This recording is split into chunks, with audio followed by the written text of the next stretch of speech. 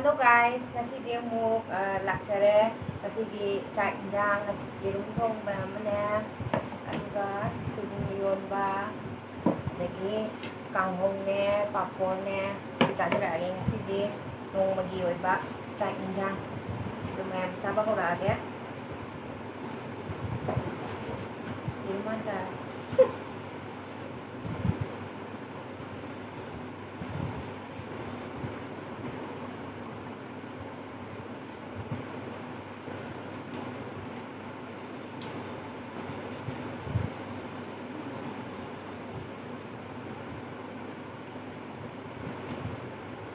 ꯁꯣꯏꯕꯨꯝꯁꯦ ꯅꯍꯥꯟ ꯑꯩꯈꯣꯏ ꯑꯉꯥꯡ ꯑꯃ ꯂꯩ, ꯀꯛꯆꯤꯡꯗꯒꯤ ꯃꯣꯏꯌꯥꯗꯒꯤ ꯄꯣꯔꯛꯄꯅꯦꯅ ꯄꯤꯔꯝꯃꯤ.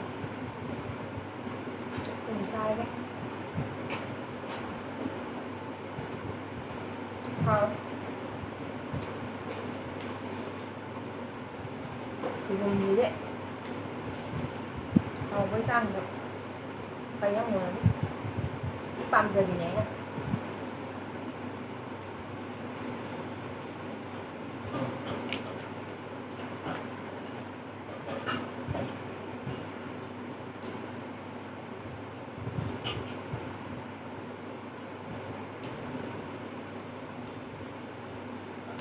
ꯀꯥꯡꯍꯧꯁꯦ ꯀꯩ ꯑꯣꯏꯅ ꯉꯧꯗꯣꯏꯅꯣ ꯈꯪꯗꯕꯒꯤ ꯕꯦꯂꯦꯟꯗ꯭ꯔꯤꯅꯦ, ꯈꯥꯃꯦꯟꯅꯦ, ꯃꯪꯒꯟꯅꯦ, ꯑꯔꯩ ꯑꯔꯩꯕ ꯉꯧꯁꯜꯂꯤꯅꯦ.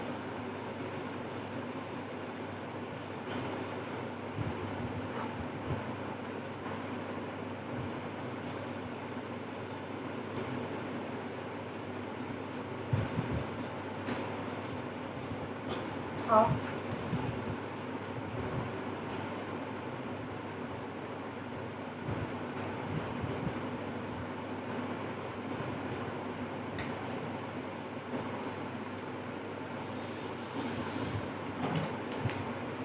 ꯄꯥꯐꯣꯔꯁꯦ ꯄꯨꯁꯤꯜꯂꯛꯄꯒꯤ ꯐꯣꯠ ꯐꯣꯠ ꯂꯥꯎꯔꯛꯑꯦ.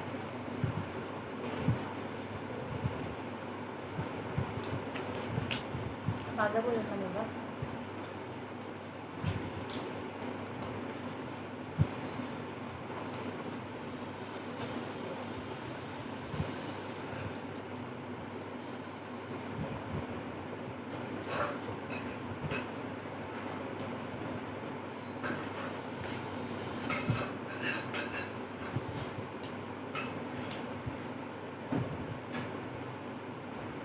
ꯌꯥꯝ ꯑꯍꯥꯎꯕꯒ ꯂꯩꯕ ꯆꯠꯄꯒ ꯁꯪꯗ꯭ꯔꯦ.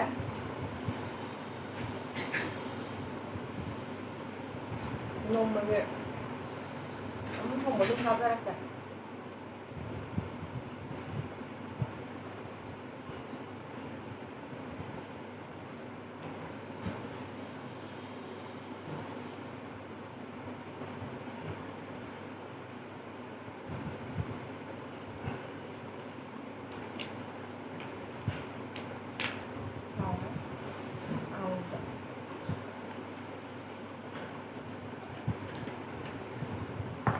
ꯃꯤꯅꯗꯤ ꯆꯥꯕꯗ ꯃꯔꯛꯇ ꯏꯁꯤꯡ ꯊꯛꯄꯁꯦ ꯐꯠꯇꯦ ꯍꯥꯏ, ꯂꯣꯏꯔꯀꯥꯟꯗ ꯈꯪꯍꯧꯋꯦ. ꯑꯗꯨ ꯑꯣꯏꯔꯁꯨ ꯑꯩꯗꯤ ꯉꯝꯗꯦ.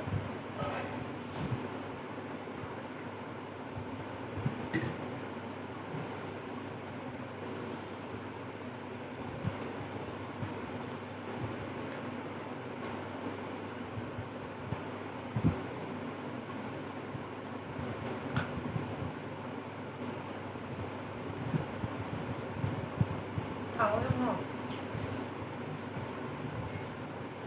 ꯁꯤꯡꯖꯨꯒꯨꯝꯕꯗ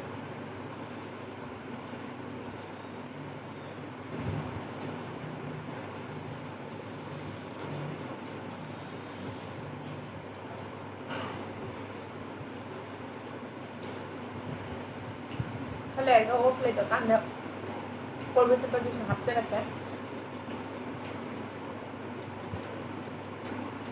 ꯑꯣꯐ ꯂꯩꯕ ꯅꯨꯃꯤꯠ ꯈꯪꯕ꯭ꯔꯥ? ꯉꯁꯤ ꯅꯨꯃꯤꯠꯁꯦ ꯑꯣꯐ ꯂꯩꯔꯦ, ꯀꯣꯏꯕ ꯆꯠꯂꯒꯦ ꯍꯥꯏꯅ ꯈꯜꯂꯅꯦꯕꯀꯣ. ꯑꯗꯨꯒ ꯅꯍꯥꯟꯈꯩ ꯇꯨꯝꯍꯧꯗꯕꯒꯤ ꯇꯨꯝꯅꯕ ꯍꯣꯠꯅꯕꯗꯅꯦ ꯑꯃꯨꯛ ꯆꯠꯂꯣꯏꯗꯣꯏꯅꯦꯕ. ꯁꯪꯗꯕ.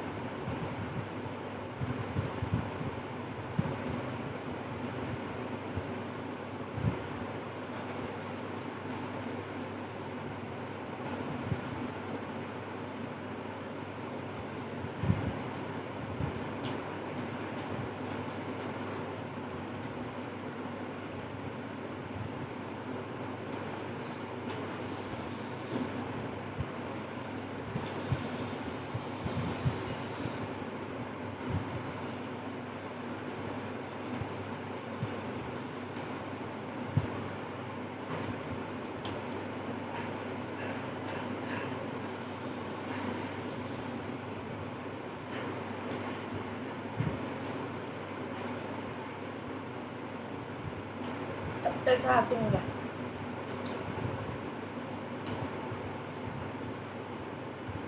Anh này thì sẽ tưởng đấy.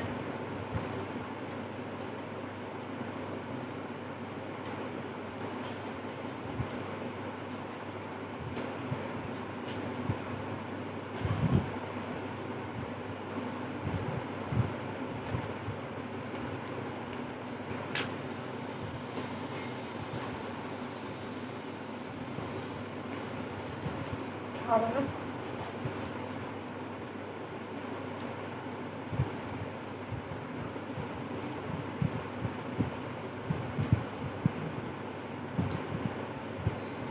Bây giờ hình năng cái tay xá bên nó không ra được. Một cái hình năng này bây giờ là tất cả mà là bao ngàn hình năng. Nó lấy bông hoàng giá, trả bông hoàng giá. Oke, si Bota Belen juga matang.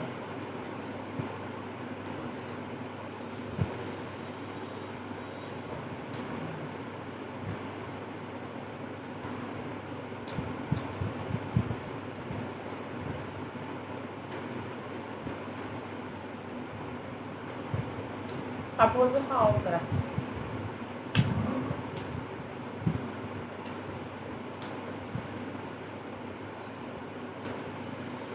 Pwede pwede kapur na yung buo ko yung bako kapur.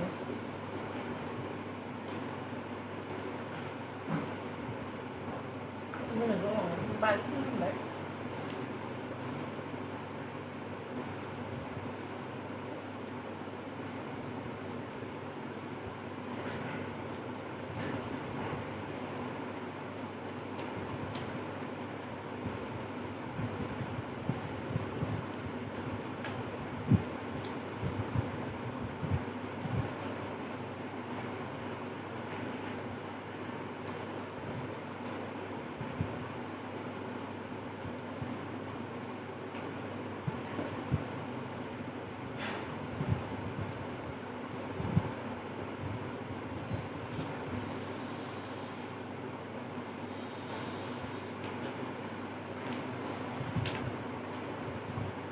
Sabado, yang panzai aja.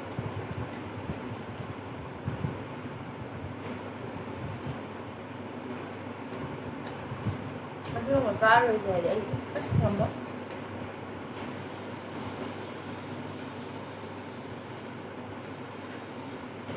Aduh, udah buang kali aja.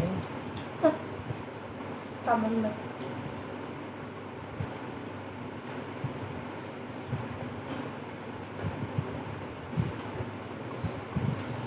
Mau cũng không nên tập trung như vậy đúng công an này mau giờ đi rồi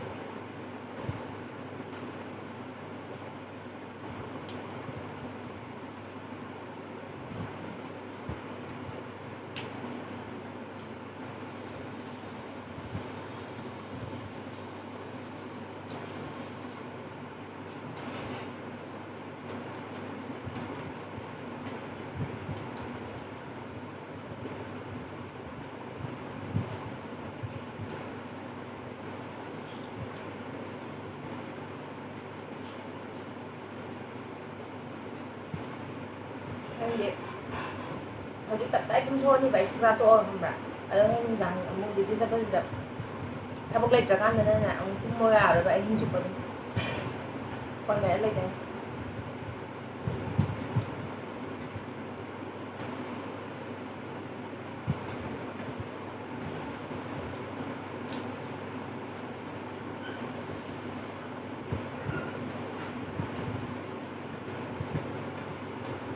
hầu đúng rồi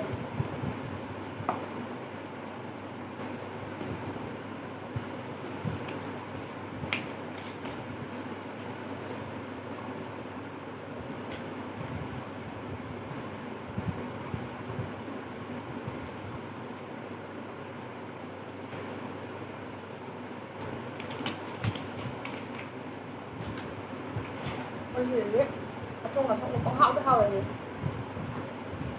hậu là không có hậu đó ꯉꯥ ꯊꯥꯛꯅꯒ ꯊꯣꯡꯕꯁꯨ ꯍꯥꯎꯋꯦ. ꯆꯥꯅꯤꯡꯕꯅꯤꯅ ꯑꯗꯨꯝ ꯄꯪꯍꯥꯎꯗ ꯍꯥꯎꯋꯦ.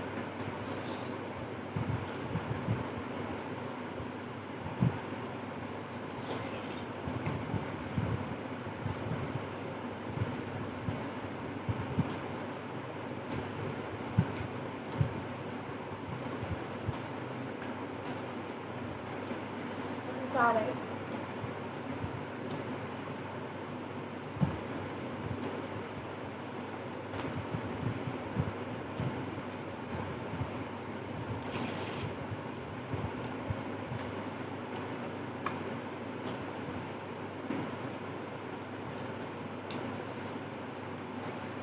Ito, mayroong ay video siyang video.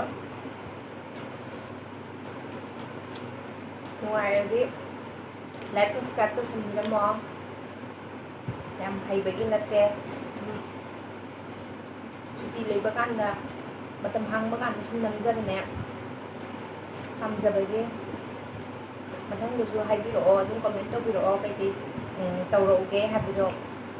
Kay tawba yaba ina adum angambagay tawrooge.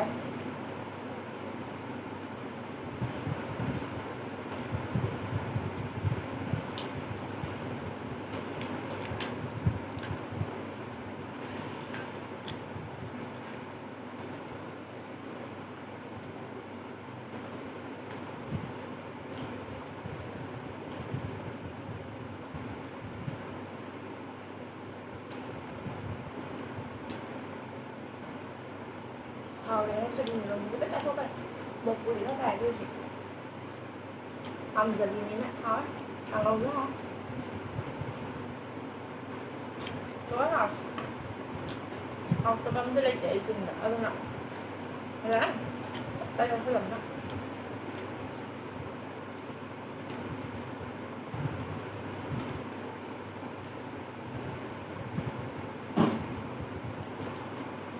Tumayang masih ko sinjalaga. Matanda, nungay ko di hapsalaga. Mayang yapam ko sa happy ko.